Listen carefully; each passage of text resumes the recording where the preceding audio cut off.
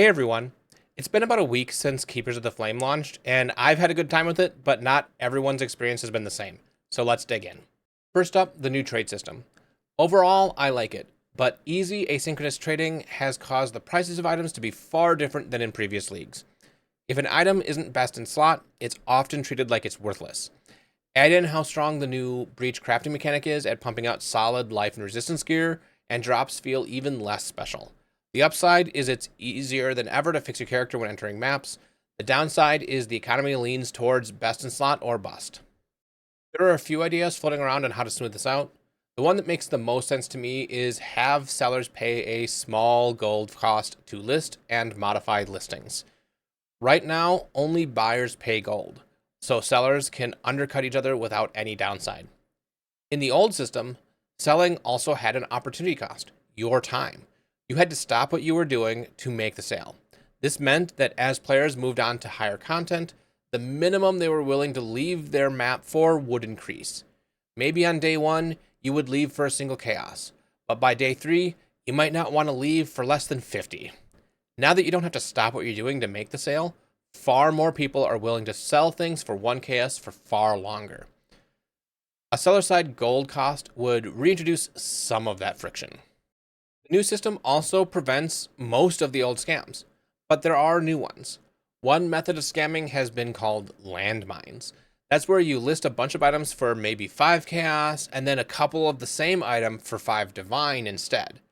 They're hoping that you see them, want to buy a few of them, but aren't paying attention to the actual price. Luckily, Grinding Gear Game has added a currency mismatch confirmation. That should kill this type of scam, but I'm sure there are more scans and more will pop up over time.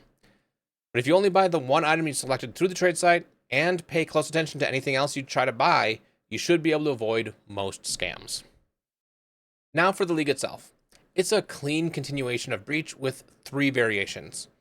Unstable breaches play a lot like classic Breach, but with a twist. If you do well, you trigger a final wave of either 4 rares or a unique boss. Stable breaches have you defend Iolith from waves.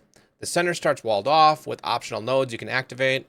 You remove walls and activate nodes to scale your difficulty and rewards, or keep things tight and safe. Breach hives are 2-phase. Step 1, you run around opening chests for some quick loot, and then head to the center for 24 waves of defending Iolith. It's the most time-consuming, but also the most rewarding.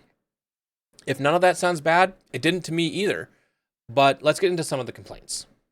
First off, balance and melee. Melee is definitely at a disadvantage here. Breach has always favored screen clearing builds, so I didn't expect Breach 2.0 to be different, but as a core league mechanic, I can understand why people are upset.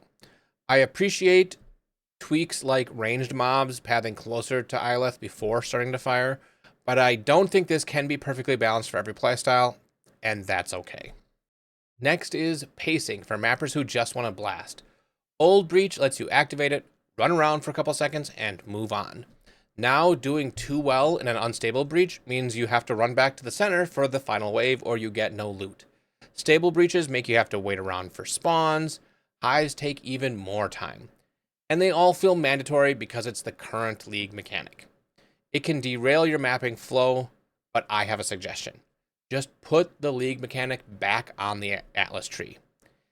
Not like the standard clusters, but more like PoE 2's approach. Give it its own mini cluster so it doesn't steal points from your broader strategy. Example nodes could be 90% less chance for hives. Stable breaches have no walls, or all breaches are unstable and cannot be stabilized for those Breach 1.0 blasters. And then there's the big one, monster replacement and rewards. Right now, breaches replace a lot of the map's native monsters with breach monsters. If a hive spawns, it might replace nearly half the normal mobs. Breach mobs often don't scale with your mapping setup and feel less rewarding than the ones they replaced. Grinding Gear Games has set of fixes coming next week. Hopefully it'll improve both breach rewards and reduces how many normal monsters get replaced. Outside of maps, there is the Genesis tree. I think it's great in concept, but it has a couple of issues. The main issue is it's a bit too powerful for generic rare crafting. If you put in the right points, you can even get more specific gear reliably. Combine that with the previously mentioned asynchronous trade, and you can see why some gear has really bottomed out in value. There's also a couple of nodes that aren't as clear as they should be about what they do, specifically the one that removes the lowest level mod on an item. You might mistake this to mean the lowest tier, but that's not the case. A low tier life roll can be a higher level than a high tier plus to skills mod and get removed. Foulborn uniques are also a fun addition, and I'm sure there are a few too broken to stay, but most of them seem to be decent at enabling different playstyles without being too powerful. I think the Genesis tree is fine right now, but I expect the tree is not going core when the league ends, especially not the way it is now. All that said, I'm still having fun, and I know plenty of you are too. If I missed anything, let me know in the comments. Subscribe for more Path of Exile content, and come hang out with me on Twitch, link in the description. Have a good one.